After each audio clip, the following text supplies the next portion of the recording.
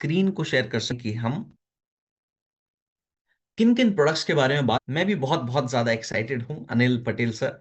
जैसे आप एक्साइटेड हैं बिल्कुल वैसे ही मैं भी बहुत ज्यादा एक्साइटेड हूं। सो जैसे कि हमने जाना कि आज हम न्यूट्रास्यूटिकल्स के प्रोडक्ट्स के बारे में जानकारी हासिल करेंगे। तो पहले ये समझते हैं कि न्यूट्रास्यूटिकल्स असल में है क्या। जब हम कहते हैं न्यूट्रास्यूटिकल्स, तो न्यूट्रास्यूटिकल्स माने क्या। ये न्यूट्रास्यूटिकल्स के प्रोडक्ट्स असल में क्या प्रोडक्ट्स हैं, किस चीज के प्रोडक्ट्स हैं। तो आप सभी को बताने का प्रयास करूंगा।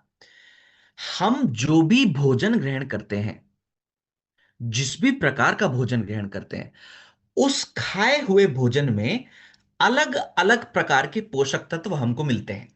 जैसे कि प्रोटीन की मात्रा हमको मिलती है, जैसे कि कार्बोहाइड्रेट्स की मात्रा हमको मिलती है, जैसे कि फैट्स यानी चर्बी की मात्रा मिलती है, अलग अलग वाइटमिन्स, अलग अलग मिनरल्स की मात्रा भोजन के माध्यम से हम सभी को मिलती है। तो ये जितने भी अलग अलग पोषक तत्व हैं जो भोजन के माध्यम से शरीर को मिलते हैं, इन पोषक तत्वों को निकाल कर कुछ कुछ प्रोडक्ट्स बनाए जाते हैं न्यूट्रास्यूटिकल्स के अंदर। अब अलग से पोषक तत्वों को निकाल कर प्रोडक्ट्स में डालने की क्यों जरूरत पड़ती है। तो आप खुद सोचिए, खुद मुझे बताइए कि क्या नॉर्मल भोजन से क्या सभी पोषक तत्वों की जरूरत पूरी हो जाती है हमारी। जाहिर सी बात है। अगर आप इसको थोड़ा भी गहराई से सोचेंगे तो आप समझ पाएंगे कि आम भोजन से, नॉर्मल रोटी सब्जी दाल चावल के सेवन से, क्योंकि शरीर में पोषक तत्वों की कमी पूरी नहीं हो पाती, इसीलिए उन कमियों को पूरा करने के लिए हमको कुछ सप्लीमेंट्स की जरूरत पड़ती है। और वो सप्लीमेंट्स हमको मिलते हैं न्यूट्रास्यूटिकल्स के प्रोडक्ट्स के माध्यम से। ठीक है। तो क्यों जरूरत पड़ी न्यूट्रास्यूटिकल्स को बनाने की, इस हिस्से को हमने समझा। हमने ये जाना न्यूट्रास्यूटिकल्स में क्या क्या शामिल है। माने भोजन से निकाले गए पोषक तत्वों के इस्तेमाल से कुछ प्रोडक्ट्स बनाए गए हैं जिनको हम न्यूट्रास्यूटिकल्स के नाम से जानते हैं। अब अगर हम भोजन को समझने का प्रयास करें, तो भोजन भी दो प्रकार के। कौन कौन से भोजन। एक तो आम भोजन जो रेगुलर भोजन है, जिसको हम रोजमर्रा के जीवन में शामिल करते हैं, जैसे रोटी सब्जी दाल चावल फल आहार इत्यादि। ये नॉर्मल भोजन वो है, रेगुलर भोजन वो है जो शरीर में पोषक तत्वों की कमी को पूरा करना के लिए इस्तेमाल किया जाता है। ये पहला प्रकार का भोजन है। इस पहले प्रकार के भोजन को हम कहते हैं रेगुलर फूड। अब इसी रेगुलर फूड के अलावा, माने वो फूड, वो भोजन जो पोषक तत्वों की कमी को पूरा करने के लिए किया जाए, उस भोजन के अलावा एक दूसरा प्रकार का भोजन भी है जो शरीर को स्वस्थ बनाने के लिए काम करता है, जो शरीर को बीमारियों से बचाने के लिए काम करता है। और ये भोजन इतना खास है कि शरीर को इतना अच्छे से तैयार करता है कि भविष्य में भी अगर कोई बीमारी आने वाली हो, तो उस आने वाली बीमारी से बचाने के लिए भी योगदान देने में काम करता है। ये दूसरा प्रकार का भोजन जिसको हम कहते हैं फंक्शनल फूड। तो जो भोजन की जब हम बात करते हैं, रेगुलर भोजन जो पोषक तत्वों की कमी को पूरा करने के लिए किया जाए, और दूसरा प्रकार का भोजन है जिसको हम कहते हैं फंक्शनल भोजन। ये वो भोजन है जो शरीर को बीमारियों से बचाने में भी मदद करता है, और अगर शरीर में बीमारी है तो उस बीमारी से स्वस्थ बनाने में भी शरीर की मदद करता है। अगर उदाहरण से समझें तो हम इसको इस तरह से समझ सकते हैं कि फंक्शनल फूड के उदाहरण क्या क्या हैं।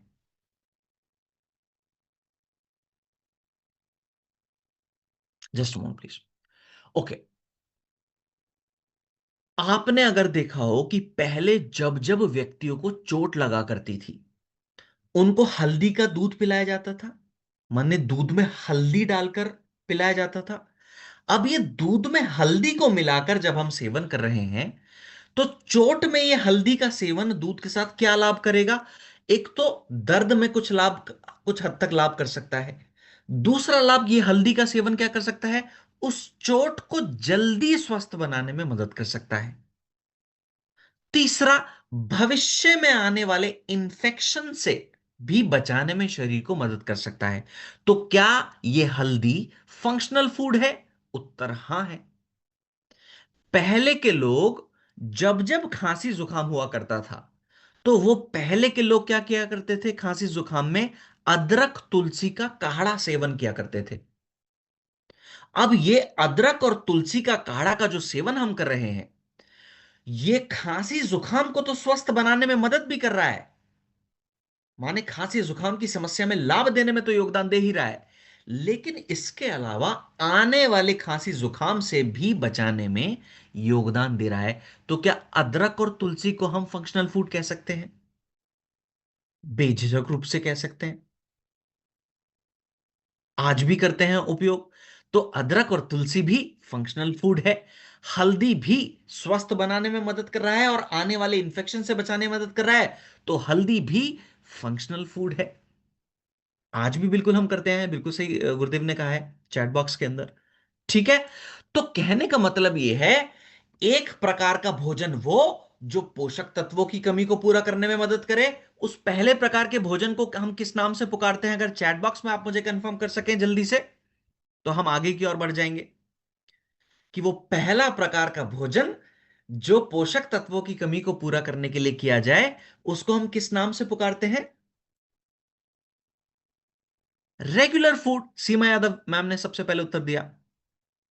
हाँ, नॉर्मल फूड भी कह सकते हैं। बिल्कुल बिल्कुल, नॉर्मल फूड, रेगुलर फूड कह सकते हैं, बिल्कुल सही। अब दूसरा प्रकार का भोजन जो बीमारियों से बचाने में मदद करे, बीमारी अगर है तो उस बीमारी को स्वस्थ बनाने में मदद करे, तो वो दूसरा प्रकार का भोजन को हम कहते हैं, RGCSM जी ने कह दिया, फंक्शनल फूड। बिल्कुल बिल्कुल, तो बीमारियों से बचाने वाले भोजन को फंक्शनल फूड। अब जरूरत किसकी है हमको? क्या रेगुलर फूड की जरूरत है? क्या बीमारियों से बचाने वाले भोजन की जरूरत है? या फिर दोनों की जरूरत है? दोनों की जरूरत है। चैट बॉक्स में देखो धनाधन उत्तर आ रहे हैं, माने बात आप सभी लोग सुन रहे हैं। ठीक, बिल्कुल बिल्कुल, हमको दोनों की जरूरत है। अब एक हिस्सा बहुत ज्यादा जरूरी है समझना। वो हिस्सा क्या है? हमको दोनों की जरूरत है, ये बात बिल्कुल सही है, लेकिन इन दोनों के अंदर एक जरूरी फर्क है। वो फर्क हम सभी को पता होना चाहिए। वो फर्क क्या है? चाहे फंक्शनल फूड बीमारियों से बचाने में शरीर को मदद करते हैं, चाहे शरीर को स्वस्थ बनाने के लिए फंक्शनल फूड मदद करते हैं, लेकिन यह समझने वाली बात है कि फंक्शनल फूड दवाई नहीं है। बहुत लोग यह समझते हैं कि अच्छा, हल्दी हमारे शरीर को स्वस्थ बनाने में मदद कर रहा है, तो हल्दी दवाई है? नहीं। अच्छा, अदरक और तुलसी खांसी जुकाम की बीमारी में समस्या में लाभ करने का काम कर रहा है, तो क्या अदरक और तुलसी दवाई है? नहीं, भोजन है। हमेशा इस बात को ध्यान में रखिएगा कि भोजन में और दवाई में एक ही बड़ा फर्क है। वो फर्क क्या है? आप सभी को बताने का प्रयास करूंगा। जरूरी दोनों है, लेकिन दवाई में और भोजन में एक बड़ा फर्क है। वो बड़ा फर्क सबको पता होना चाहिए। दवाइयां हम सिर्फ तब तक खाते हैं जब तक बीमार हैं, लेकिन भोजन हम तब भी खाते हैं जब हम स्वस्थ हैं। माने, मुझे चोट लगी है, मैं तब भी हल्दी खा रहा हूं, और जब मुझे चोट ना लगी हो, जब मेरी चोट ठीक हो गई हो, क्या मैं तब भी हल्दी खाता हूं कि नहीं खाता हूं? अपने सब्जियों के माध्यम से, जो भी भोजन घर के अंदर बना रहे हैं उसके माध्यम से। बिल्कुल सही। कहा जाता है कि लहसुन आपके कोलेस्ट्रॉल के लिए बहुत अच्छा है। तो जिन व्यक्तियों को हृदय की समस्या है, कोलेस्ट्रॉल की समस्या है, क्या वो अपने आप को आने वाली हृदय की समस्या से बचाने के लिए, क्या वो लोग लहसुन का इस्तेमाल कर सकते हैं कि नहीं कर सकते? कर सकते हैं, क्योंकि लहसुन एक ऐसा फंक्शनल फूड है जो भविष्य में आने वाली हृदय की समस्याओं से बचाने में भी मदद कर सकता है, और अभी जो समस्या है कोलेस्ट्रॉल की, उस समस्या से भी राहत देने में मदद कर सकता है। तो फंक्शनल फूड है, ठीक है। लेकिन यह भी समझना जरूरी होगा, जब मुझे कोलेस्ट्रॉल की समस्या नहीं है, मैं अपने भोजन में लहसुन का भी इस्तेमाल करता हूं, तो जरूरी भोजन और दवाई में फर्क क्या है? अगर मुझे पेट दर्द हो जाए और पेट दर्द की मैं गोलियां ले आऊं, तो वो पेट दर्द की गोलियां मैं सिर्फ तब तक सेवन करता हूं जब तक मुझे पेट दर्द की समस्या है। पेट दर्द ठीक होने के बाद क्या मुझे वो गोलियां का सेवन करना चाहिए, पेट दर्द की गोलियों का? क्या मुझे आप सलाह देंगे, पेट दर्द आपका ठीक हो गया डेविड सर, अब अगले 6 महीने पेट दर्द की गोलियां और खाते रहिएगा, क्या ऐसी सलाह देंगे क्या? नहीं देंगे, चैट बॉक्स में उत्तर आ रहे हैं। लेकिन लेकिन लेकिन लेकिन जब मेरा पेट दर्द ठीक हो जाए, क्या मुझे भोजन खाने की सलाह दे सकते हैं कि नहीं दे सकते? बिल्कुल दे सकते हैं। तो ये बातें मैं आपको इतना गहराई में ले जाकर इसलिए समझाने का प्रयास करता हूं, आप ये समझ सकें, न्यूट्रासूटिकल्स के अंदर दोनों प्रकार के प्रोडक्ट्स शामिल हैं। पहला प्रोडक्ट वो जो पोषक तत्वों की कमियों को पूरा करने के लिए खाया जाए, जैसे आपके शरीर के अंदर कैल्शियम की कमी को पूरा करने के लिए कैल्शियम टैबलेट है, न्यूट्रा का प्रोडक्ट है। आपके शरीर में प्रोटीन की कमी को पूरा करने के लिए मसल डॉक है, न्यूट्रा का प्रोडक्ट है।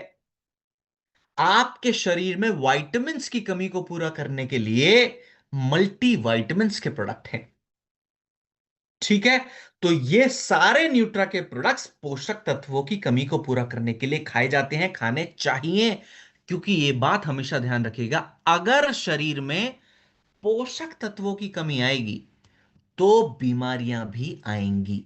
जैसे अगर मैं कहूं कैल्शियम की कमी है, तो क्या जोड़ों के दर्द की बीमारी आएगी कि नहीं आएगी? जोड़ों की समस्याएं शरीर में जन्म लेंगी कि नहीं लेंगी? अगर मैं आपसे कहूं कि हमारे शरीर में कैल्शियम की कमी है, तो अलग से न्यूट्रा के प्रोडक्ट्स हम सभी को लेने चाहिए। अब न्यूट्रास्यूटिकल्स में दूसरे कैटेगरी के प्रोडक्ट्स भी हैं, जैसे फंक्शनल फूड कैटेगरी के प्रोडक्ट्स। फंक्शनल फूड कैटेगरी के प्रोडक्ट्स माने वो न्यूट्रास्यूटिकल्स के प्रोडक्ट्स जो शरीर को बीमारियों से बचाने में मदद करते हैं। शरीर अगर स्वस्थ है तो भविष्य में भी शरीर को स्वस्थ रखने में मदद करते हैं। अब ये बात मैंने आपको इसलिए भी बताई ताकि आप ये समझ सकें।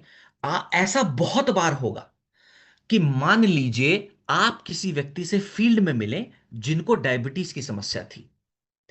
डायबिटीज की समस्या में आप उनको क्या कॉम्बिनेशन देंगे? क्या डाइबोडॉक का कॉम्बिनेशन उनको देंगे कि नहीं देंगे? किसी व्यक्ति को डायबिटीज की समस्या है कि नहीं है, और अन्य कई प्रोडक्ट्स के कॉम्बिनेशन देंगे। जब वो व्यक्ति जिनको आप कॉम्बिनेशन देते हैं, डाइबोडॉक का सेवन उन्होंने करा, एक्टिव फाइबर का उन्होंने सेवन करा, तो एक समय के बाद वो आपको बताएंगे कि अब मेरी रिपोर्ट्स जो है नॉर्मल आने लग गई हैं, अब मेरा ग्लूकोज लेवल बैलेंस में रहने लग गया है, कंट्रोल में रहने लग गया है। अब ऐसी परिस्थिति में जब वो आपको बताएंगे कि मेरी रिपोर्ट अब नॉर्मल की तरफ आने लग गई है, तो आप उनको क्या सलाह देंगे कि गुरुदेव, क्योंकि अब आपका ग्लूकोज लेवल बैलेंस में आने लग गया है, अब आप डाइबोडॉक का सेवन बंद कर दीजिए, या फिर कहेंगे जीवन भर खाते रहिए डाइबोडॉक? सलाह देंगे कि आप अब डाइबोडॉक का सेवन बंद कर दीजिए। लेकिन क्योंकि डाइबोडॉक एक आयुर्वेदिक प्रोडक्ट है, आप सुनिएगा, आप सुनिएगा, जब वो व्यक्ति प्रोडक्ट बंद कर देंगे, डाइबोडॉक का सेवन बंद कर देंगे, क्या संभावना है कि दोबारा से उनका ग्लूकोज लेवल कुछ समय के बाद बढ़ने लग जाए? संभावना बनी हुई है कि नहीं बनी हुई है? अब सुनना, बिल्कुल बनी हुई है। तो ऐसी परिस्थिति में जब आज उनकी रिपोर्ट्स नॉर्मल आ रही हैं, आज डाइबोडॉक उनका आप बंद करा देंगे, आपकी जिम्मेदारी यह बनती है कि उनको कुछ ऐसा फंक्शनल फूड बताकर आ जाएं कि गुरुदेव, आज आपका डाइबोडॉक आप बंद कर दीजिए क्योंकि रिपोर्ट्स नॉर्मल आने लगी। लेकिन भोजन में एक ऐसा फंक्शनल भोजन जरूर खाते रहिए जो आपको भविष्य में शुगर बढ़ने की समस्या को कंट्रोल करने में मदद कर सके। वो फंक्शनल फूड का प्रोडक्ट है फेन्यूग्रीक, जो बना है मेथी से।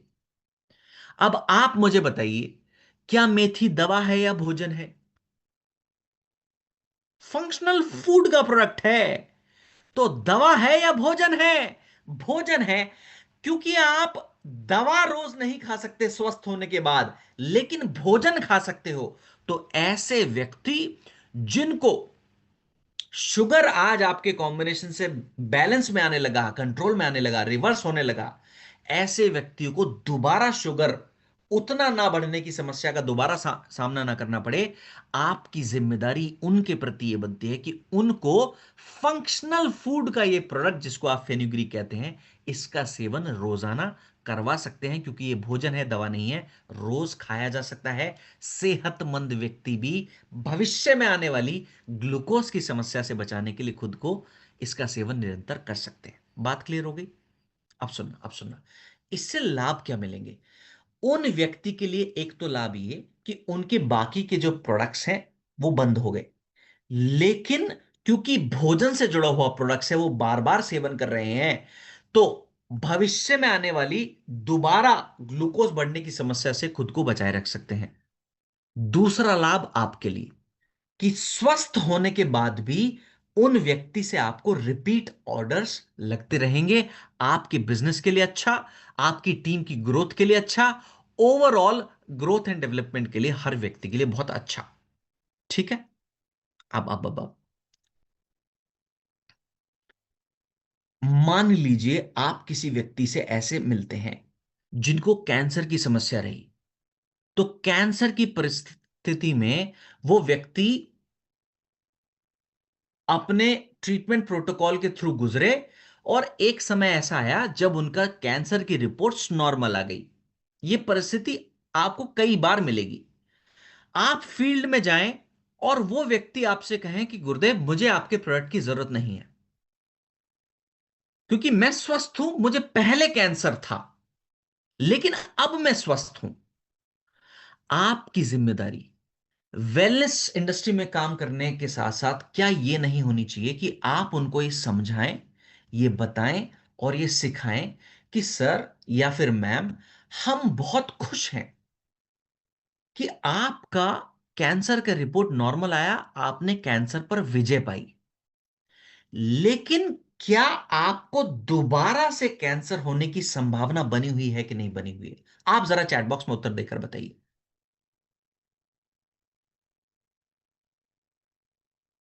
बिल्कुल बनी हुई है।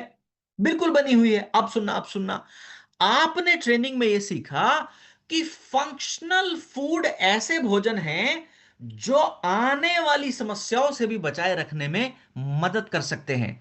तो आपकी जिम्मेदारी उनको कोई ऐसा फंक्शनल फूड बताने की होनी चाहिए कि नहीं होनी चाहिए कि गुरुदेव, आज आप स्वस्थ हैं कैंसर से, बहुत खुशी की बात, लेकिन भविष्य में दोबारा ऐसी गंभीर परिस्थिति का सामना आपको ना करना पड़े।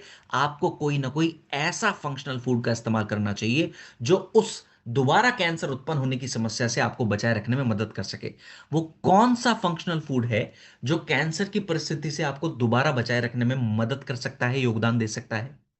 जरा चैट बॉक्स में अनुमान लगाकर मुझे बताइए। वो कौन सा? हाँ, हल्दी में पाए जाने वाला ये केमिकल कंपाउंड, जिसको हम करक्यूमिन के नाम से जानते हैं, ये कैंसर से लड़ने में, कैंसर से बचाव रखने में मदद कर सकता है। और इसी केमिकल कंपाउंड के माध्यम से कंपनी ने एक प्रोडक्ट बनाया जिसका नाम है कर्कीडॉक। तो क्या उनको सिर्फ कर्कीडॉक आप समझाकर आ सकते हैं कि नहीं आ सकते, ताकि वो व्यक्ति अपने आप को स्वस्थ होने के बाद भी भविष्य में कैंसर होने की संभावना से खुद को बचाए रखने में काम कर सके? क्या उनके लिए लाभ होगा? क्या आपके लिए यह परिस्थिति में लाभ होगा? और सुनिए, क्योंकि कर्कीडॉक हल्दी से बना है और हल्दी भोजन है, हल्दी भोजन है, रोज भी इस्तेमाल कर सकते हैं, स्वस्थ होने के बाद भी इसका इस्तेमाल कर सकते हैं। बात समझ में आ गई? न्यूट्रास्यूटिकल्स के प्रोडक्ट्स वो प्रोडक्ट्स हैं जो अपने आप में दवाई नहीं है। ये शरीर के पोषक तत्वों की कमियों को भी पूरा करने में मदद करते हैं और शरीर को बीमारी से भी बचाने में योगदान देते हैं। और अगर बीमारी है तो उस बीमारी पर विजय पाने में भी योगदान देने में सहयोग दे सकते हैं, क्योंकि ये दवाई नहीं है, भोजन है। ठीक होने के बाद भी इनका सेवन किया जा सकता है। अब सुनना, ये बात मैंने आपको बताई कि आप भोजन की महत्वता समझ सकें। अब भोजन की महत्वता समझने का प्रयास करते हैं आयुर्वेद के पॉइंट ऑफ व्यू से, कि आयुर्वेद कितना महत्वता देता है हमारे भोजन को। आपको बताने का प्रयास करूंगा। आयुर्वेद में भोजन को सर्वोत्तम औषधि का दर्जा मिला। माने सभी औषधियों में से सबसे ज्यादा अच्छी औषधि है आपका भोजन। इसीलिए आयुर्वेद में भोजन को महा औषधि का दर्जा मिला। माने भोजन में सबसे उत्तम औषधि, सॉरी, औषधियों में सबसे उत्तम औषधि है आपका भोजन।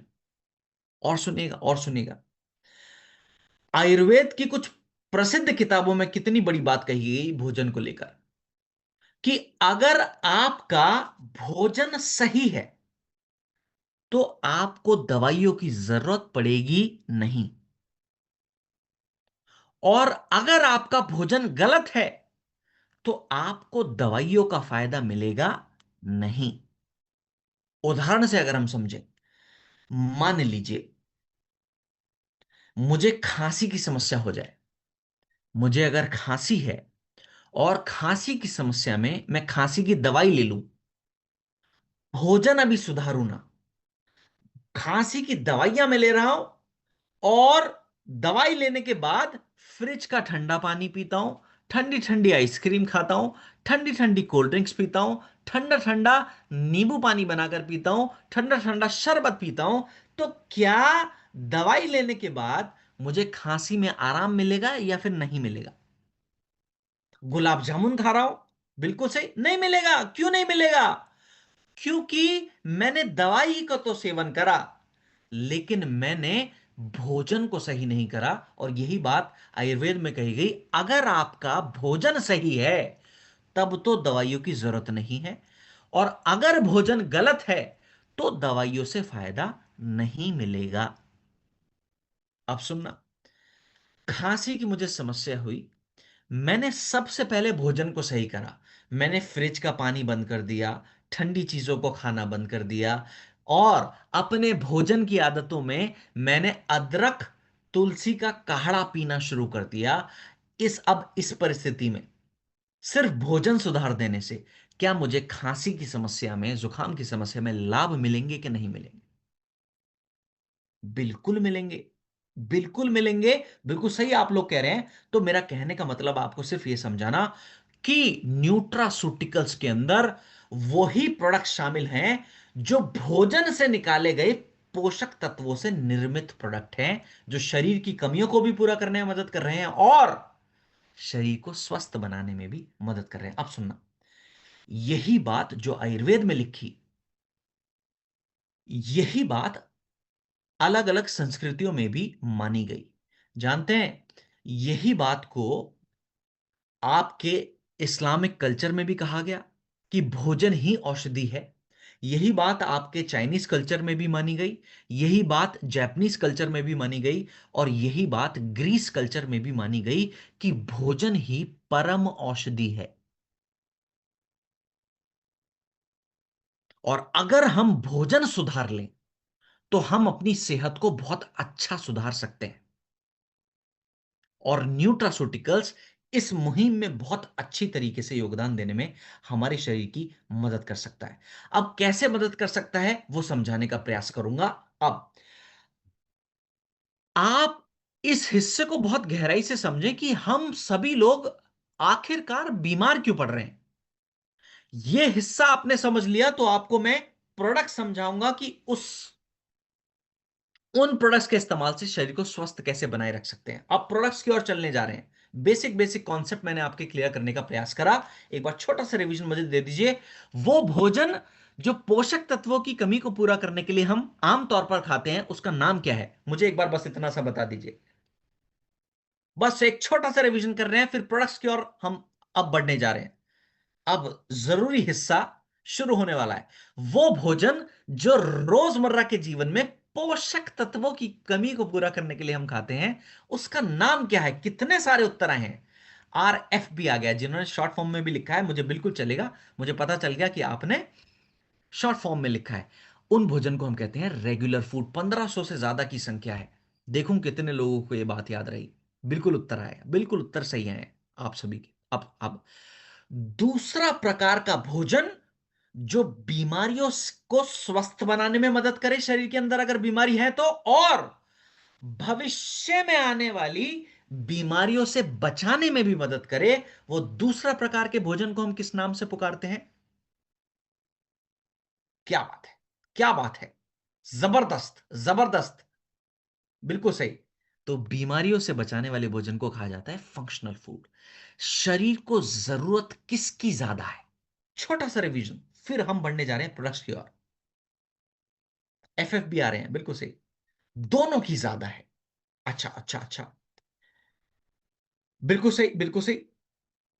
चाहे फंक्शनल फूड शरीर की बीमारियों को स्वस्थ बनाने में योगदान दे सकता है, चाहे भविष्य में आने वाली बीमारियों से बचाने में योगदान दे सकता है फंक्शनल फूड, पर क्या फंक्शनल फूड दवा है या भोजन है? क्या फंक्शनल फूड दवा है? इस बात को मुझे बता दीजिए बस। भोजन है। और क्या फंक्शनल फूड का इस्तेमाल हम सिर्फ बीमारी में कर सकते हैं या स्वस्थ होने के बाद भी कर सकते हैं? हमेशा कर सकते हैं। उत्तर कितने लाजवाब आ रहे हैं, माने बात गहराई, दिल की गहराई तक पहुंच गई। बिल्कुल सही बिल्कुल सही बिल्कुल सही। अब और परेशान नहीं करूंगा, बिल्कुल परेशान नहीं करूंगा। अब बात करेंगे हम बीमार आखिरकार क्यों पड़ रहे हैं, ताकि आप ये समझ सकें जिस कमी के कारण हम बीमार पड़ रहे हैं, उस कमी को अगर पूरा कर दिया तो आप स्वस्थ रह सकते हैं। तो चलिए उस कमी को समझने का प्रयास करते हैं कि वो कमी क्या है जो हमको बीमार बना रही है, ताकि सही पोषक तत्व के माध्यम से वो कमी को पूरा किया जा सके। अब सुनिए।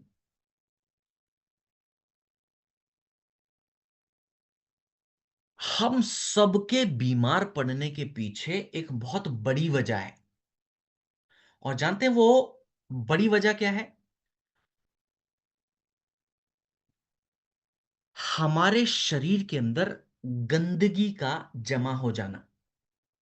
शरीर में अगर गंदगी की मात्रा, टॉक्सिन्स की मात्रा बढ़ेगी, तो शरीर में बीमारियां भी बढ़ेंगी। ठीक है, यह बहुत बड़ा कारण है। क्या सभी को मेरी आवाज स्पष्ट रूप से आ रही है? यस मुझे, sir, yes sir. Okay, yes आवाज आ रही है कमलेश सर? ओके ओके आ रही है सर, आ रही ओके ओके। हाँ, जिनको आवाज थोड़ा बहुत भी डिस्टर्बेंस लग रहा है वो प्रयास करें कि अच्छे नेटवर्क रेंज में आ जाए। मेरी अगर आवाज अगर कम लगेगी तो सबको कम लगेगी, ठीक है? प्रयास करें कि अच्छे नेटवर्क रेंज में आ जाए। चलो चलो चलो, अब इस हिस्से को सुनेंगे। तो शरीर के अंदर बीमारी आने का एक ही बड़ा कारण है, वो कारण है गंदगी का जमा हो जाना शरीर के अंदर। जब जब शरीर के अंदर गंदगी की मात्रा बढ़ेगी, तो समझ लीजिए बीमारियां बढ़ेंगी। अब कुछ लोगों के मन में यह बात आ सकती है कि सर हमारे शरीर के अंदर गंदगी तो आएगी नहीं, क्योंकि हम तो बड़े साफ सुथरे लोग हैं। मुझे कोई शक नहीं इस पर कि आप साफ सुथरे हैं, बिल्कुल शक नहीं। मैं पूरी तरह से इस हिस्से को समझता हूं कि आप बेहद साफ सुथरे लोग हैं। कभी कभार लोग कहते हैं डेविड सर हम तो रोज नहा लेते हैं, तो हमारे शरीर में तो गंदगी होगी नहीं। तो मेरा जब मैं कहता हूं गंदगी, तो बाहरी गंदगी नहीं, मैं कहता हूं अंदरूनी गंदगी। शरीर में जब जब अंदरूनी गंदगी, माने आपके शरीर के अंदर जब जब गंदगी बढ़ेगी, तो बीमारियां बढ़ेंगी। अब अगर आप देखें कि ये गंदगी आखिरकार आ कहां से रही है, तो गंदगी आखिरकार आ कहां से रही है, इस हिस्से को समझ लेते हैं। कई सारी जगहों से यह गंदगी आपके शरीर में पहुंच रही है, कई सारी जगहों से। पहली जगह बता दूं, इस बात को ध्यान से समझ लिया तो आप यह समझ जाएंगे कौन सा प्रोडक्ट क्यों, किस और किस समस्या में लगाना है। यह बात आप बहुत गहराई से समझ जाएंगे और यह बहुत जरूरी है समझना। तो यह गंदगी असल में आ कहां से रही है? हमारा शरीर सेल्स से मिलकर बना है, अलग अलग कोशिकाओं से मिलकर बना है हमारा शरीर। ये अलग अलग कोशिकाएं समय समय पर मरने लगते हैं। एक समय के बाद कुछ पुराने सेल्स मर गए और उन मरे हुए सेल्स की जगह कुछ नए सेल्स उत्पन्न होकर शरीर में आ गए। अब सुनना, जो नए सेल्स शरीर के अंदर बने हैं वो तो अपना काम अच्छे से करेंगे, शरीर को स्वस्थ बनाने में योगदान देंगे, लेकिन जो कोशिकाएं, जो सेल्स शरीर के अंदर मर गए हैं, अगर उनको शरीर से बाहर नहीं निकाला तो क्या गंदगी को बढ़ावा देंगे कि नहीं देंगे वो मरे हुए सेल्स? तो माने मरे हुए सेल्स भी गंदगी को बढ़ावा दे रहे हैं। अगर उनको शरीर से बाहर ना निकाला जाए तो गंदगी को बढ़ावा देंगे और शरीर में बीमारियों को भी बढ़ावा देंगे। एक एक हिस्सा, एक हिस्सा हमने जाना गंदगी का। दूसरे हिस्से पर नजर डालते हैं। हम सभी लोग श्वास लेने वाले लोग हैं कि नहीं है? 1600 की संख्या में लोग हमारे साथ जुड़े हैं। क्या ये 1600 की संख्या में जो लोग हैं, क्या सब लोग श्वास ले रहे हैं कि नहीं ले रहे? बिल्कुल ले रहे हैं। डेविड सर, ऐसी कैसी बात कर दिया आपने, हम सभी लोग सांस ले रहे हैं। हाँ, वैष्णव सर कह रहे हैं मैं लेता हूं सर, क्या बात है। वैष्णव सर, गुरुदेव भी सांस लेते हैं। हाँ वैष्णव सर, बता दूं मैं भी लेता हूं। और हाँ, पैनल पर सभी लोग सांस लेते हैं। अब सुनना, हम सबके चारों तरफ केमिकल्स हैं, वायरसेस हैं, बैक्टीरियाज हैं। जिस वातावरण में हम सांसें ले रहे हैं पॉल्यूटेड वातावरण है, तो माने सांसों के माध्यम से भी कुछ केमिकल्स शरीर के अंदर पहुंच रहे हैं और गंदगी को बढ़ावा दे रहे हैं। दूसरी स्रोत, दूसरा स्रोत गंदगी का ये रहा आपके सामने। दो स्रोत मिल गए। अब सुनेंगे तीसरे स्रोत के बारे में। आज के समय पर खेती में केमिकल्स का इस्तेमाल हो रहा है कि नहीं हो रहा? बिल्कुल हो रहा है। अब सुनना, आज के समय में जो खेती में केमिकल्स की मात्रा का हम सभी लोग इस्तेमाल कर रहे हैं, वो केमिकल्स भोजन को पकाने की प्रक्रिया में खत्म नहीं होते। उल्टा, भोजन के साथ वो केमिकल्स शरीर के अंदर प्रवेश करते हैं और गंदगी को बढ़ावा दे रहे हैं। तो मरे हुए सेल्स की गंदगी इकट्ठा हो रही है, सांस के माध्यम से जो केमिकल्स पहुंच रहे हैं गंदगी को बढ़ा रहे हैं, भोजन के माध्यम से जो केमिकल्स शरीर के अंदर पहुंच रहे हैं गंदगी को बढ़ा रहे हैं। और सुनना, शरीर के अंदर मेटाबॉलिक क्रियाएं चलती हैं। इन मेटाबॉलिक क्रियाओं के दौरान कुछ मेटाबॉलिक वेस्ट यानी मेटाबॉलिक गंदगी भी शरीर की गंदगी को बढ़ावा दे रही है। अब सुनना, कितनी सारी जगहों से गंदगी आ रही है। इस गंदगी को टेक्निकल भाषा में आप कहते हैं फ्री रेडिकल्स।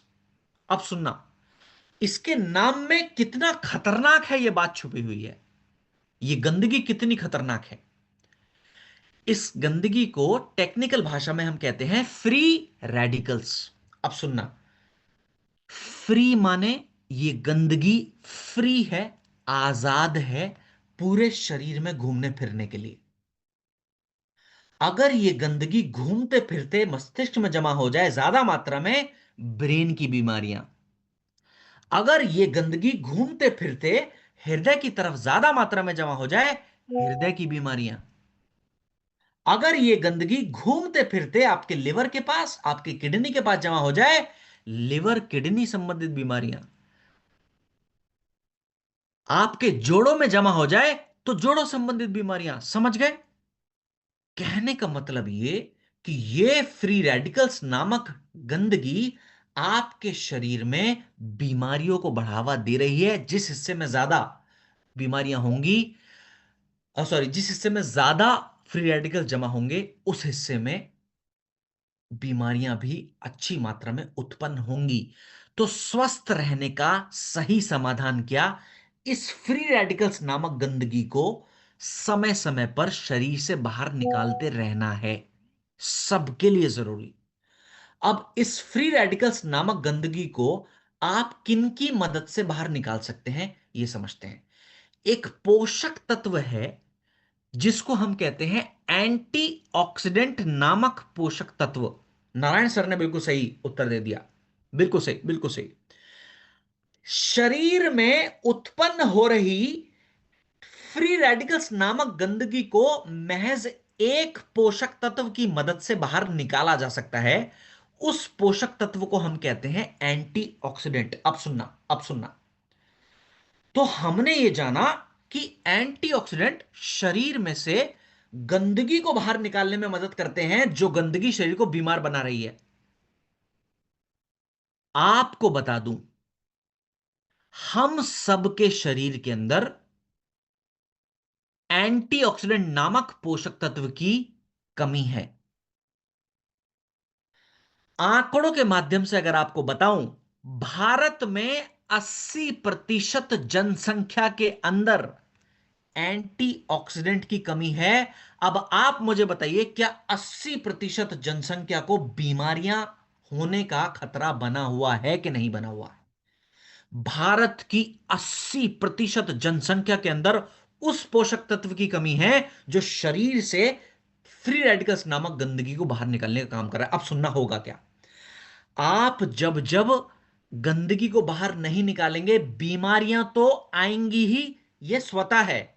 लेकिन बीमारियों के अलावा आपको बुढ़ापा भी जल्दी आएगा। ये लिखित है बात। अगर आप चाहते हैं कि इस पृथ्वी पर जो आपका मकसद था आने का पूरा हो चुका, मत खाइए एंटीऑक्सीडेंट, जल्दी जल्दी बीमार पड़िए, जल्दी जल्दी बुढ़ापे को बुला लीजिए। और अगर आप खुद को बीमारियों से बचाने के साथ साथ उम्र बढ़ने की प्रक्रिया को भी धीमा बनाना चाहते हैं, तो आप सभी को एंटीऑक्सीडेंट खाने चाहिए। तो स्वस्थ व्यक्ति इसलिए एंटीऑक्सीडेंट खाएं ताकि वो भविष्य में भी स्वस्थ बने रहें, और बीमार व्यक्तियों को इसलिए खाना चाहिए ताकि वो जल्दी स्वस्थ बन सके। हम और हमारी कंपनी इस वजह को समझती है, इसलिए हमारी कंपनी ने एंटीऑक्सीडेंट से भरपूर कुछ प्रोडक्ट्स बनाए ताकि उनका आप सब लोग इस्तेमाल कर सकें। और यही वजह है, अपने हर कॉम्बिनेशन में, चाहे बीमारी कोई भी हो, हम एंटीऑक्सीडेंट के किसी ना किसी एक प्रोडक्ट का जरूर इस्तेमाल करते आए हैं, करते आए हैं, करते रहेंगे भी, और करना चाहिए भी। क्यों करना चाहिए? ताकि व्यक्ति के शरीर से फ्री रेडिकल्स नामक गंदगी को बाहर निकाला जा सके और वो जल्दी स्वस्थ हो सके। तो अब इसी वक्त मैं आपको सभी के सभी एंटीऑक्सीडेंट से जुड़े प्रोडक्ट्स के बारे में बताने जा रहा हूं। कौन कौन से प्रोडक्ट्स एंटीऑक्सीडेंट के प्रोडक्ट्स हैं?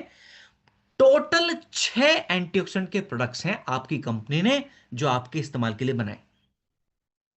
इनमें से कब कौन सा करना है उस पर मैं आपको बताऊंगा। सबसे पहले इस लिस्ट लिखवा दूं।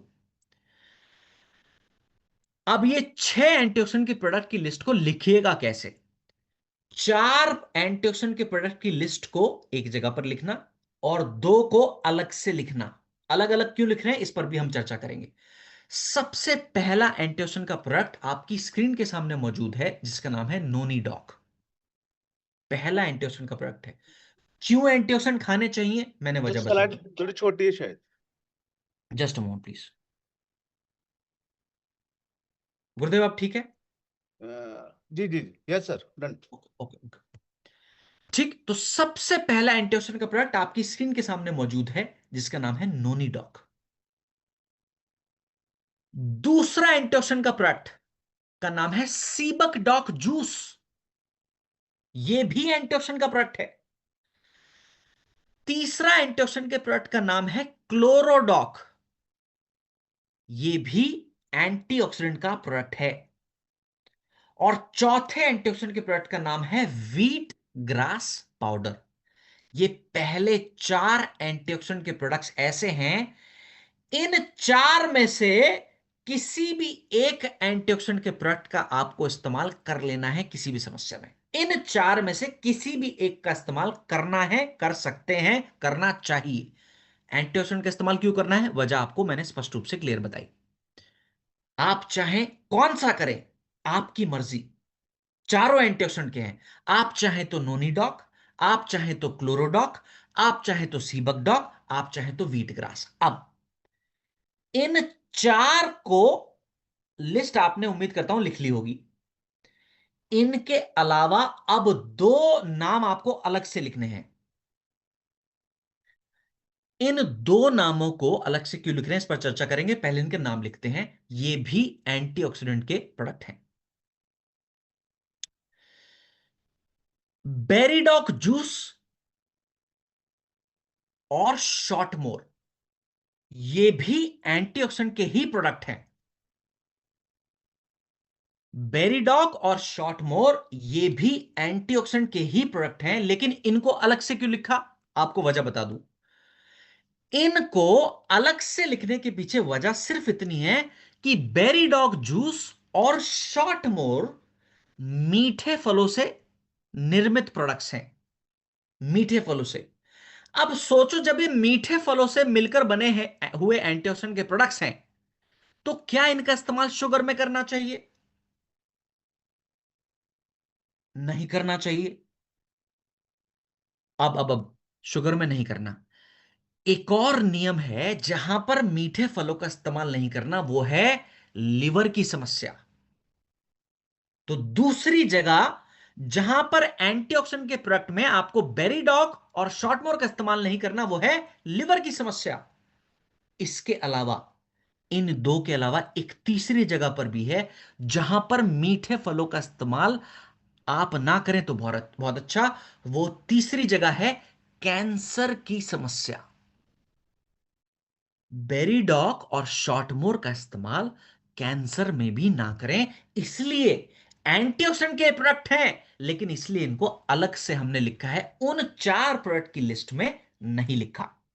ठीक है, बात समझ में आ गई। टोटल 6 हो गए। अब सुनना, अब बात करेंगे मात्रा की। इन सभी एंटीऑक्सीडेंट के प्रोडक्ट में से व्हीट ग्रास को हटाकर, सिर्फ व्हीट ग्रास पाउडर को हटा दीजिए, बाकी सारे एंटीऑक्सीडेंट के प्रोडक्ट आप 20 से 30 ml तक की मात्रा में इस्तेमाल कर सकते हैं। 20 ml की मात्रा सेफ डोज है, बिल्कुल बेझिझक रूप से इस्तेमाल कर सकते हैं। आप चाहें तो 30 ml तक इस्तेमाल करना, वो भी कर सकते हैं। तो 20 ml से लेकर 30 ml तक की मात्रा में कोई भी एंटीऑक्सीडेंट के प्रोडक्ट का इस्तेमाल कर सकते हैं, सिवाय व्हीट ग्रास के। व्हीट ग्रास पाउडर अगर आप इस्तेमाल कर रहे हैं तो 5 ग्राम से ज्यादा की मात्रा में नहीं करना। यहां तक बात क्लियर है? उम्मीद करता हूं यहां तक सभी को बात क्लियर हुई होगी। चलो, ओके। सिर्फ प्रीति मैम को क्लियर है क्या? पुष्पा मैम को भी है, सुनैना जी को भी है। अच्छा, बाकी के लोगों को है क्या क्लियर? यहां तक क्लियर होगी बातें? Okay, okay, okay.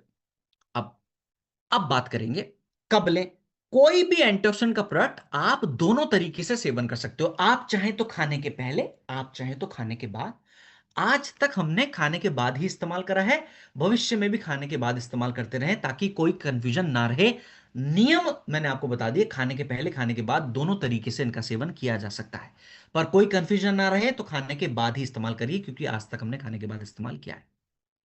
ठीक। अब इन सारे एंटीऑक्सीडेंट के प्रोडक्ट्स में से मेरा एक निवेदन मानना, हालांकि आप कोई भी एंटीऑक्सीडेंट का प्रोडक्ट किसी भी समस्या में इस्तेमाल कर सकते हो, मुख्य रूप से चार एंटीऑक्सीडेंट के प्रोडक्ट्स में से। अब सुनना, एक समस्या ऐसी है, दो समस्या मुख्य रूप से ऐसी हैं जिसमें आप एंटीऑक्सीडेंट के प्रोडक्ट में सीबक ही इस्तेमाल करें तो ज्यादा अच्छा। हाँ, वीट ग्रास सर, देखो मैंने बताया, कोई भी एंटीऑक्सीडेंट का प्रोडक्ट खाने के पहले और खाने के बाद में दोनों तरीके से ले सकते हो। दोनों तरीके सही हैं, खाने के पहले भी खाने के बाद में भी। आज तक हमने खाने के बाद इस्तेमाल करा है, तो खाने के बाद। व्हीट ग्रास अगर आप लेते हैं, उसका नियम है कि वो खाने के पहले लेंगे तो बहुत ज्यादा गुणकारी, व्हीट ग्रास के लिए, ठीक है। अब वापस आएंगे। दो समस्याएं ऐसी हैं जहां पर एंटीऑक्सीडेंट के प्रोडक्ट में आप अगर सीबक का इस्तेमाल करेंगे तो मुझे बहुत बहुत प्रसन्नता होगी। कौन कौन सी समस्या? रवि यादव सर ने उत्तर दे दिया। एक तो है लिवर की समस्या, और दूसरी है हृदय की समस्या। हृदय की समस्या में, लिवर की समस्या में आप अगर सीबक का इस्तेमाल करेंगे तो अति उत्तम परिणाम आपको देखने को मिल सकते हैं, ऐसा मैं आपको निवेदन कर रहा हूं। आप चाहें तो क्लोरोडॉक, नोनीडॉक, व्हीट ग्रास में से कोई भी इस्तेमाल कर सकते थे अगर किसी को लिवर और हार्ट की समस्या है। लेकिन लिवर और हार्ट की समस्या में ये जो फल है ना सीबकथॉर्न, जिससे सीबकडॉग बना है, ये बहुत बहुत उत्तम परिणाम देने में मदद कर सकता है ऐसी परिस्थितियों में, चाहे वो लिवर की परिस्थिति हो चाहे हृदय की परिस्थिति हो। इसलिए मैंने आपसे निवेदन करा, अगर हार्ट की समस्या है, चाहे कोलेस्ट्रॉल की हो, चाहे बीपी की हो, चाहे हार्ट की मांसपेशियां कमजोर हो जाने की समस्या हो, इन सब परिस्थितियों में आप सीबक का इस्तेमाल करिए। लिवर की कोई भी समस्या हो, लिवर सिरोसिस की समस्या हो, लिवर में इंफेक्शन हो, फैटी लिवर की समस्या हो, लिवर की किसी भी समस्या में आप अगर सीबक का इस्तेमाल करेंगे तो बहुत बहुत अच्छा परिणाम आपको देखने को मिल सकता है। तो हृदय और लिवर की समस्या में हालांकि आप कोई भी एंटीऑक्सीडेंट का प्रोडक्ट इस्तेमाल कर सकते हैं, लेकिन सीबक करेंगे तो बहुत ज्यादा अच्छा। यहां तक बात क्लियर हो गई सभी को? चल, अब एक और जरूरी हिस्सा है कि अगर आप आज के समय की बढ़ती हुई बीमारियों को देखें तो आप जानेंगे उन बढ़ती हुई बीमारियों के पीछे एक और कॉमन वजह है। पहली वजह क्या थी बीमार होने की? मुझे जरा एक बार याद दिला दीजिएगा, मेरी याददाश्त थोड़ी सी कमजोर है।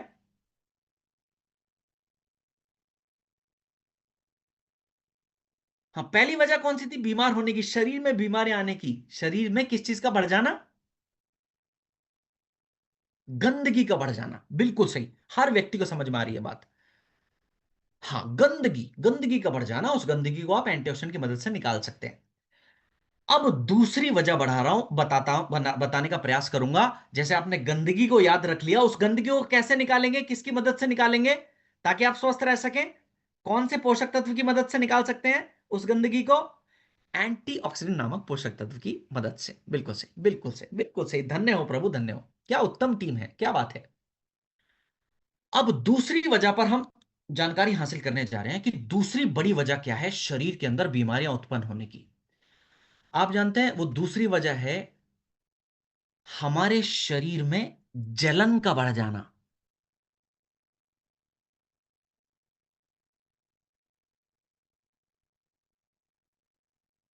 जब मैं कहता हूं कि जलन का बढ़ जाना, मेरा मतलब भावनात्मक जलन नहीं है।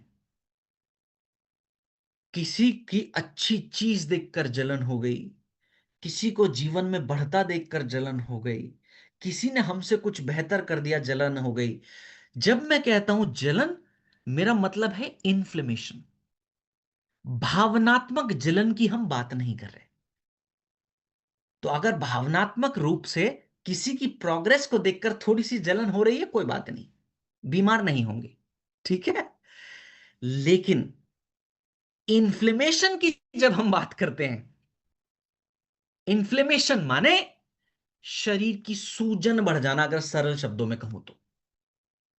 और चाहे समस्या जोड़ों के दर्द की हो, चाहे समस्या टीबी की हो, चाहे समस्या कैंसर की हो, चाहे समस्या ट्यूमर की हो, चाहे समस्या महिलाओं में पीसीओडी की हो, पीसीओएस की हो, चाहे त्वचा की एलर्जी की समस्या हो, चाहे इन्फेक्शन की समस्या हो, ये सब समस्याएं, शरीर में जब इन्फ्लेमेशन बढ़ेगा, ये समस्याएं जन्म लेंगी ही तब। तो दूसरा सेहत का एक लाजवाब खजाना है कि अगर स्वस्थ रहना है तो शरीर में बढ़ रही जलन को कम कर दीजिए। तुरंत के तुरंत लिख देते हैं जो जो मैं लिखता बोलता हूं। रवि यादव सर, क्या बात है। Ravi sir, thank you. ठीक है, अब सुनना, अब सुनना। तो जब कैंसर की समस्या, ट्यूमर की समस्या, पीसीओडी की समस्या, पीसीओएस की समस्या, टीबी की समस्या, अस्थमा की समस्या, ये सब समस्या, जोड़ों के दर्द की समस्या, ये सब समस्याओं का एक ही मूल कारण है, शरीर में इन्फ्लेमेशन का बढ़ जाना। तो इन सब समस्याओं का समाधान भी एक नहीं होगा। कि समाधान क्या होगा, इस बढ़ती इन्फ्लेमेशन को दोबारा से कम कर दीजिए। हाँ या ना।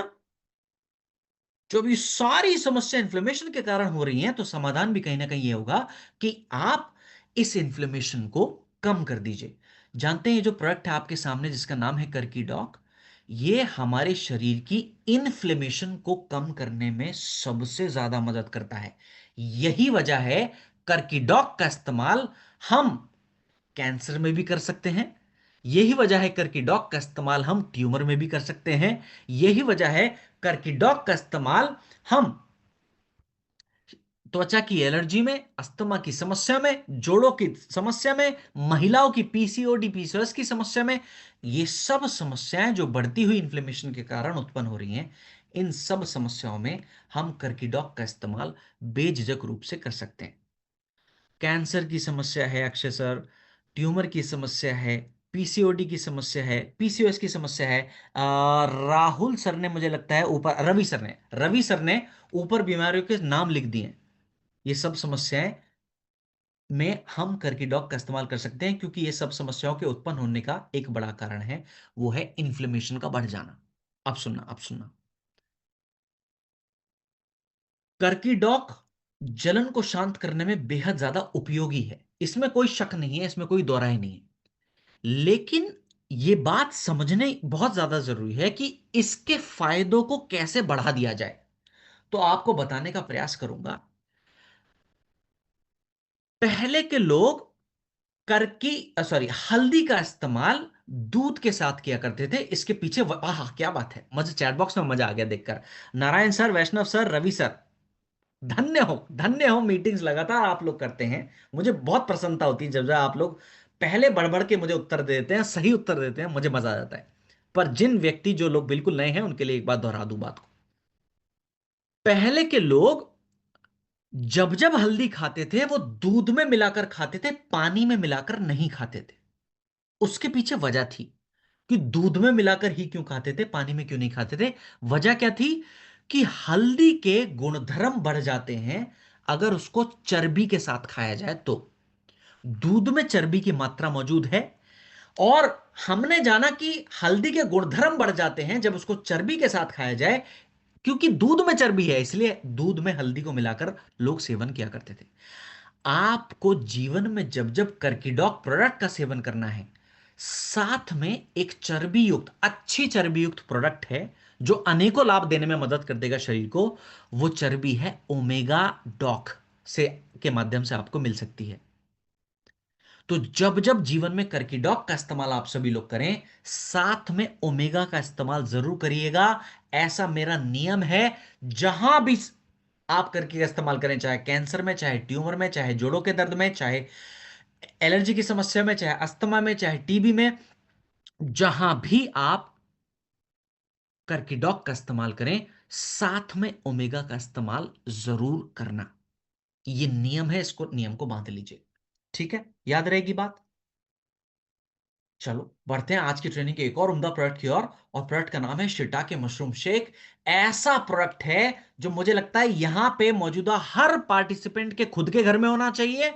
और वो पार्टिसिपेंट जिन जिन घरों में जाते हैं वेलनेस का प्रचार करने, उन घरों के अंदर भी इस प्रोडक्ट की मौजूदगी रखवानी चाहिए। आपको बता दूं क्यों। क्योंकि जो कोल्ड ड्रिंक हम पी रहे हैं, जो शरबत हम पी रहे हैं, वो कोल्ड ड्रिंक, वो शरबत हमसे सेहत को छीन रहे हैं।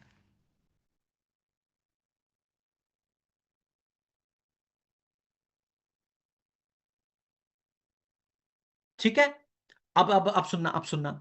ये कैसे खा, हाँ, भारद्वाज सर रोज पी रहे हैं, क्या बात है, thank you so much Bhardwaj sir. ये हिस्सा बांटने के लिए। अब सुनना, आप सुनना। तो वो कोल्ड ड्रिंक, वो शरबत, वो नुकसानदायक है, ये कैसे अच्छा है, जिसका ना, ये प्रोडक्ट जो आपके सामने मौजूद है जिसका नाम है शिटाके मशरूम शेक, ये समझाने का प्रयास करूंगा। कोई भी कोल्ड ड्रिंक, कोई भी शरबत आपके इम्यूनिटी को बढ़ाने का काम नहीं, उल्टा घटाने का काम करती है। पहला नुकसान, कोई भी कोल्ड ड्रिंक, कोई भी शरबत जो आप पी रहे हैं, इन्फ्लेमेशन को बढ़ाने का काम कर रही है। और अभी हमने जाना गंभीर से गंभीर बीमारी शरीर में क्यों आती है, इन्फ्लेमेशन के कारण। कौन सी कोल्ड ड्रिंक, कौन से शरबत आपकी विटामिन्स और मिनरल्स की कमी को पूरा करने में मदद कर रहे हैं, जरा खुद सोचकर बताइए। क्या कोई कोल्ड ड्रिंक है क्या, सफेद कोल्ड ड्रिंक, काली cold drink, orange cold drink, क्या कोई कोल्ड ड्रिंक है क्या जो विटामिन्स और मिनरल्स की कमी को पूरा कर रही है? आपको बता दूं, ये शिटाके मशरूम शेक एक बेहतरीन सेहत का खजाना है। कैसे? ये अलग अलग प्रकार के फंक्शनल मशरूम से बना है। फंक्शनल मशरूम माने वो मशरूम जो स्वस्थ बनाने में योगदान दे सकते होंगे, फंक्शनल फूड का प्रोडक्ट है। अब सुनना, इसमें दो मुख्य मशरूम ऐसे हैं जो इम्यून सिस्टम को बढ़ाने में मदद करते हैं। नाम याद ना भी रहे, ये बात याद रहनी चाहिए। दो मशरूम कौन से हैं? शिटाके मशरूम और माइटाके मशरूम ऐसे मशरूम हैं जो आपकी इम्यून सिस्टम को बढ़ाने में मदद करते हैं। इन दोनों मशरूमों की मात्रा हमारे शिटाके मशरूम शेक के अंदर मौजूद है। इसके अलावा इसके अंदर एक ऐसा मशरूम है जो ब्रेन की सीखने की क्षमता को बढ़ाने में योगदान देता है, ब्रेन की काम करने की ताकत को सुधारने में योगदान दे सकता है। रिसर्च ने भी उस मशरूम के फायदे को माना। उस मशरूम का नाम है लायंस मेन मशरूम। इसके अलावा एक ऐसा मशरूम जो शरीर को ऊर्जावान बनाने में मदद करे, जो शरीर को ओवरऑल एनर्जेटिक बनाने में मदद करे, शरीर की कमजोरी को मिटाने में मदद करे, वो मशरूम को हम कहते हैं कॉर्डिसेप्स मशरूम। गिरीश सर, बिल्कुल सही उत्तर दिया आपने। तो माने शिर्टाके मशरूम शेक में इम्यूनिटी बढ़ाने वाले भी मशरूम मौजूद हैं, ब्रेन की क्षमता को सुधारने वाले भी मशरूम हैं, ऊर्जा को बढ़ाने वाले, थकान को मिटाने वाले मशरूम की मात्रा भी मौजूद है। इसके अलावा शिटाके मशरूम शेक के अंदर 24 प्रकार के विटामिन्स और मिनरल्स की मात्रा भी मौजूद है। तो जब आप इसका सेवन करते हैं, आप अपने शरीर को 24 प्रकार के जरूरी विटामिन्स और मिनरल्स की मात्रा भी सप्लाई करने का काम कर रहे हैं। इसके अलावा और गहराई में चलते हैं, हमारा स्वास्थ्य जुड़ा है। हाँ, थकान और स्टैमिना हमने बात करी इस पर। हमारा स्वास्थ्य जुड़ा है हमारे पेट की सेहत से। आपको बता दूं, हमारे पेट की सेहत को सुधारने के लिए शिटाके मशरूम शेक के अंदर प्रोबायोटिक्स की मात्रा भी मौजूद है, जो आंतों में अच्छे जीवाणुओं की संख्या को बढ़ाने में मदद करती है।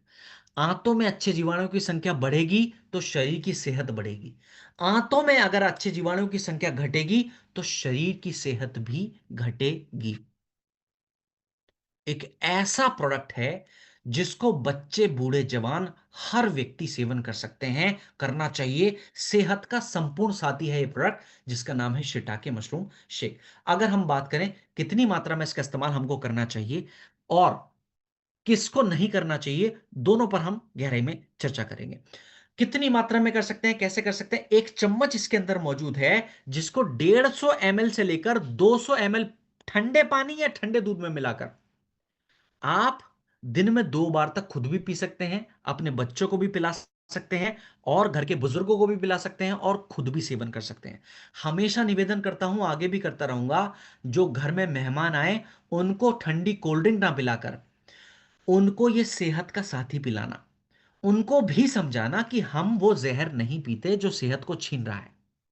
हम ये सेहत का साथी पीते हैं जो शरीर में इम्यूनिटी को भी बढ़ाने में मदद करे, ब्रेन के स्वास्थ्य को भी सुधारने में मदद करे, हमारे ओवरऑल पोषक तत्वों की कमियों को भी पूरा करने में मदद करे, पेट के आंतों के अंदर अच्छे जीवाणुओं की संख्या को भी बढ़ाने में मदद करे, और शरीर को ऊर्जावान बनाने में, शरीर की थकान को मिटाने में मदद करे। ऐसा प्रोडक्ट हम पीना पसंद करते हैं, खुद भी और घर में आए हुए मेहमानों को भी। बात करें किन किन को सेवन नहीं करना चाहिए। शुगर की परिस्थिति में इस्तेमाल ना करें। जिनको मशरूम की एलर्जी है, नारायण सिसोदिया सर, क्या बात है, ट्रेनिंग करते हैं गुरुदेव, धन्य हो प्रभु, thank you so much Narayan sir, आपके लिए तालियां बजाऊंगा अभी। एक सेकंड रुकिए, तालियां पहुंच गई हैं, उम्मीद करता हूं नारायण सर आपके लिए। शुगर की परिस्थिति में इस्तेमाल नहीं करना, जिनको मशरूम की एलर्जी है उनको भी इस्तेमाल नहीं करना, और अगर किसी व्यक्ति को थायराइड की समस्या है तो भी इस्तेमाल ना करें तो ज्यादा अच्छा। ठीक है, कहां कहां नहीं करना, उम्मीद करता हूं मैं समझा पाया हूं। चल, आज की ट्रेनिंग का एक और उम्दा प्रोडक्ट है, प्रोडक्ट का नाम है फेन्यूग्रीक एक्सट्रैक्ट कैप्सूल। मेथी से बना है, मेथी से मिलकर बना है। प्रोडक्ट का नाम है फेन्यूग्रीक एक्सट्रैक्ट कैप्सूल। मेथी कितना गुणकारी है आपको बता दूं, आयुर्वेद में मेथी के गुणों की चर्चा की गई, और उन गुणों में सर्वोत्तम गुण बताया गया कि अकेला मेथी आपके शुगर के लेवल को बैलेंस करने में योगदान दे सकता है, इतना गुणकारी है। तो आप बताना, क्या डाइबोडॉक के साथ इस्तेमाल करें कि ना करें? जब ये शुगर को बैलेंस करने में मदद करता है, तो जिनकी शुगर जरूरत से ज्यादा है, क्या बैलेंस करने के लिए डाइबोडॉक के साथ इस्तेमाल करना चाहिए? बिल्कुल करना चाहिए। मेथी का दूसरा लाजवाब गुण जो बताया गया आयुर्वेद में, वो ये बताया गया कि मेथी दर्द से राहत, मुख्य रूप से जोड़ों के दर्द से राहत देने में मदद कर सकता है। तो आप बताएं, क्या ऑर्थोडॉक के साथ जोड़ों की दर्द की समस्या में इस्तेमाल करें कि ना करें? करना चाहिए। मेथी का एक और लाजवाब गुण आयुर्वेद में बताया गया कि जिनका कोलेस्ट्रॉल बिगड़ गया है, जिनके रक्त के अंदर बैड कोलेस्ट्रॉल की मात्रा बढ़ गई है, उस बैड कोलेस्ट्रॉल को भी बैलेंस करने में मदद कर सकता है। आप बताना जरा, कार्डियोडॉक के साथ इस्तेमाल करें कि ना करें? करना चाहिए।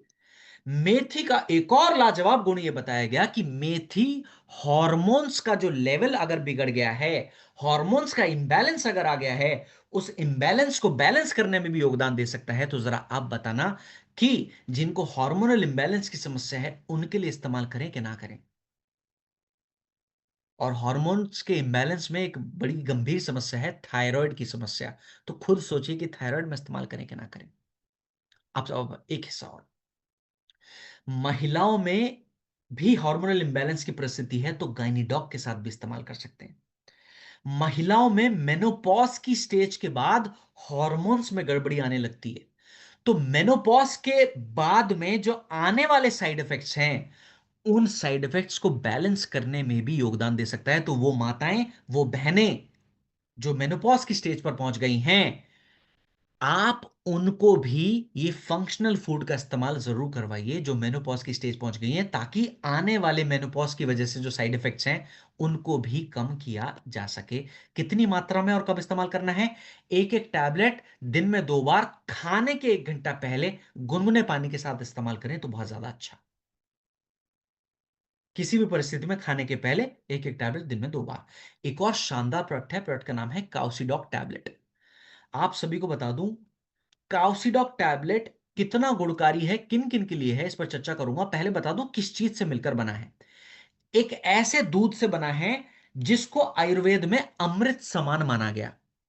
ऐसा दूध, कौन सा दूध है? गाय के किसी नवजात को जन्म देने के 24 घंटे से लेकर 48 घंटे के भीतर जो दूध उत्पन्न होता है, उस दूध को कहा जाता है खीज। अंग्रेजी में कहा जाता है कोलेस्ट्रम। तो ये जो खीज है, इतना गुणकारी है कि ये हमारी इम्यूनिटी को बढ़ाने में सहयोग देने की ताकत रखता है। इतना उत्तम है खीज, इम्यूनिटी के फायदे। खीज के अंदर अलग अलग अमाइनो एसिड्स, अलग अलग प्रोटीन्स की मात्रा मौजूद है। मसल्स के लिए, मांसपेशियों के लिए बहुत अच्छा है, इतना गुणकारी है। शरीर की ग्रोथ को बढ़ाने में भी मदद करता है खीज। बच्चों को ग्रोथ की सबसे ज्यादा जरूरत है, तो बच्चे भी काउसीडॉक का इस्तेमाल कर सकते हैं। इसके अलावा जोड़ों के स्वास्थ्य को स्वस्थ बनाए रखने में भी मदद करता है। जो बड़े बुजुर्ग खींच का इस्तेमाल करते थे, आपने देखा देखा होगा, उनके जोड़ स्वस्थ रहते थे, जॉइंट्स हेल्दी रहते थे। वो व्यक्ति जिनको टेंडेंस लिगामेंट्स की समस्या है, टिश्यूज डैमेज हो गए हैं किसी इंजरी के कारण, उन लोगों को जल्दी रिकवरी देने में, मसल्स को, टिश्यूज को, टेंडेंस, लिगामेंट्स को जल्दी रिपेयर करने में भी मदद कर सकता है ये खींच। तो वो व्यक्ति जो किसी इंजरी से जूझ रहे हैं उनको इस्तेमाल करना चाहिए। वो व्यक्ति जो ग्रोथ ढूंढ रहे हैं अपने बच्चों में, बच्चों को इस्तेमाल करवाना चाहिए। इम्यूनिटी बढ़ाने के लिए, अलग अलग पोषक तत्वों की कमी को पूरा करने के लिए उत्तम है खींच। इसका इस्तेमाल कैसे करना है? एक एक टैबलेट दिन में 2 बार चबा चबा कर आप खा सकते हैं। वो बच्चे जो चबाने योग्य हो गए, माने 5 साल से ऊपर वाले बच्चे, उनको चबा चबा कर दिन में 2 बार आप इस्तेमाल करवा सकते हैं किड्स डॉग के साथ। ठीक। चलो, शुगर की परिस्थिति में अवॉइड करें। आज की ट्रेनिंग का एक और उम्दा प्रोडक्ट है, प्रोडक्ट का नाम है विटामिन बी 12 टैबलेट। आप ये इस चीज को कभी ध्यान दीजिएगा, जिन लोगों में विटामिन बी 12 की कमी होगी ना, वो लोग आपको कैसी शिकायतें करेंगे? सर, हमारी नसों में चींटियां चलती हैं। मैम, हमारी नसों में कमजोरी महसूस रहती है, नसों में झंझनाहट महसूस रहती है। आप इतना समझ जाइए ये सुनकर, ऐसे व्यक्तियों में विटामिन बी 12 की कमी है, जिसकी वजह से उनकी नसों के अंदर समस्याएं उत्पन्न होती रहती हैं। ठीक है। अब विटामिन बी 12 की कमी अगर आप देखें किन किन लोगों में ज्यादा होती है, तो आपको बता दूं, विटामिन बी 12 की कमी शुद्ध शाकाहारी लोगों में आपको ज्यादा देखने को मिलेगी। जो शाकाहारी लोग हैं उनमें ज्यादा देखने को मिलेगी। ठीक, अब सुनना, अब सुनना। भारत की 80% जनसंख्या शुद्ध शाकाहारी है। अब सोचो, क्या विटामिन बी 12 की कमी होने का खतरा उनको बना हुआ है कि नहीं? अगर आप देखें कितने लोग डेफिशिएंट हैं, कमी कितने लोगों में है, 2020 का आंकड़ा है एम्स का, 47% भारतीय व्यक्तियों के अंदर, तकरीबन 50% ही मान लीजिए, माने आधे, भारत की आधी जनसंख्या के अंदर विटामिन बी 12 की कमी आपको देखने को मिल जाएगी। अगर विटामिन बी 12 की कमी होगी तो नसों की समस्याओं के साथ साथ आपके शरीर में थकान भी होगी, ज्यादा देर खड़े रहने पर चक्कर भी उत्पन्न होते हैं, आपकी याददाश्त में भी समस्या हो सकती है, आपके अंदर खून की कमी भी हो सकती है, अगर आपके अंदर विटामिन बी 12 की कमी है। अब हमारा विटामिन बी 12 कैसे खास है वो बता दूं। जितना विटामिन बी 12 हमारे शरीर को पूरे दिन में चाहिए, महज एक टैबलेट दिन में एक बार लेने से पूरे विटामिन बी 12 की मात्रा पूरी, माने दिन भर में जितना भी विटामिन बी 12 चाहिए, पूरे दिन भर के विटामिन बी 12 की मात्रा पूरी हो जाती है, महज एक टैबलेट दिन में एक बार लेने से पूरी। तो विटामिन बी 12 जब भी आप सेवन करें तो आपको सिर्फ और सिर्फ एक ही बार सेवन करना है, दिन में 2 बार सेवन नहीं करना। अब सुनना, अब सुनना। मैं कुछ नियम मल्टीविटामिन्स के कल आपसे चर्चा करूंगा। फिलहाल के लिए ये याद रख लीजिए, कोई भी मल्टीविटामिन जब भी लेना है वो खाने के बाद लेना है। अब विटामिन बी 12, तो कुछ लोगों के मन में सवाल आ सकता है कि सर खाली पेट लें तो ज्यादा अच्छा, तो आपको बता दूं, खाली पेट ले सकते हैं। खाली पेट विटामिन बी 12 एक ऐसा प्रोडक्ट है जो खाली पेट ले सकते हैं, लेकिन लेकिन लेकिन मन में कोई भी कंफ्यूजन ना रहे, एक नियम याद रख कर लेना, जीवन में कभी भी मल्टीविटामिन खाना तो हमेशा खाने के बाद ही खाना। तो कंफ्यूजन ना रहे, विटामिन बी 12 भी खाने के बाद ही खाना। दोनों उत्तर मैंने दे दिए कि मन में किसी को भी शंका ना रहे। जिनको लगे विटामिन बी 12 खाने के पहले ले लें, हाँ ले सकते हो, पर ज्यादातर मल्टीविटामिन आपको खाने के बाद लेने चाहिए, तो इसलिए विटामिन बी 12 भी खाने के बाद लेना, ये नियम आप याद रख लीजिए। चलिए, आज की ट्रेनिंग का एक और प्रोडक्ट है जिसका नाम है कैल्शियम सप्लीमेंट।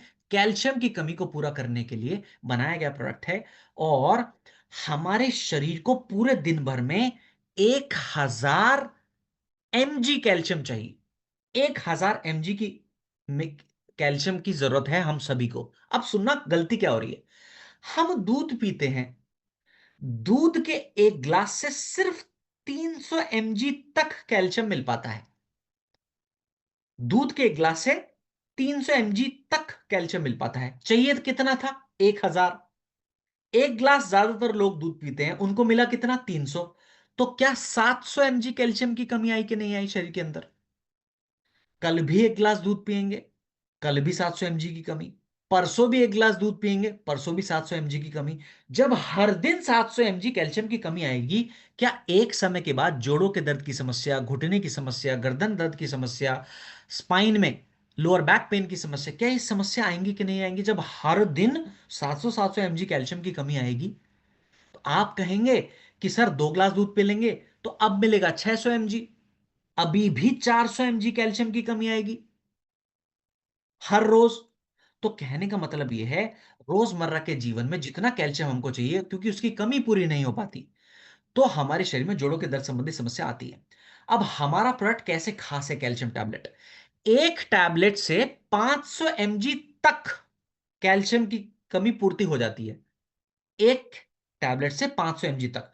तो कैल्शियम टैबलेट जब भी आप सेवन करना, हमेशा दिन में 2 बार सेवन करना, ताकि दिन भर के कैल्शियम की जरूरत को पूरा किया जा सके। ठीक है, नियम सेम रहेगा, खाने के बाद सेवन करना, पानी के साथ सेवन करना। ठीक है। हम मल्टीविटामिन्स को कल की ट्रेनिंग में बहुत गहराई में चर्चा करने जा रहे हैं, इस पर हम। ठीक है,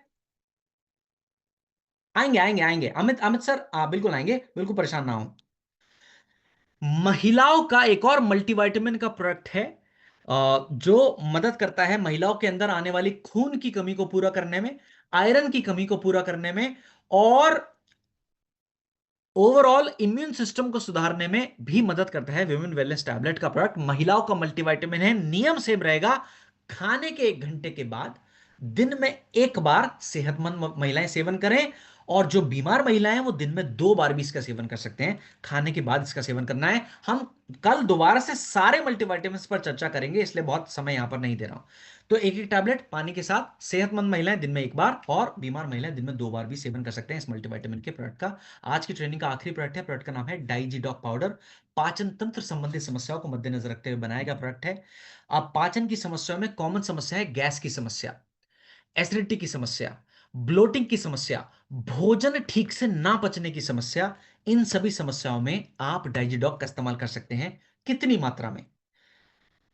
5 ग्राम की मात्रा हमेशा खाने के बाद सेवन करना है, गुनगुने पानी के साथ सेवन करना है, और खाने के तुरंत बाद कभी सेवन नहीं करना, हमेशा खाने के 1 घंटे के बाद डाइजीडॉक का सेवन करना है, अगर आप इससे फायदे बेहतर रूप से लेना चाहते हैं तो इसी के साथ आज की ट्रेनिंग के आखिरी हिस्से पर हम आ चुके हैं। उम्मीद करता हूं आपने काफी कुछ सीखा होगा, जाना होगा, और आपका समय का सदुपयोग सही तरीके से हो पाया होगा।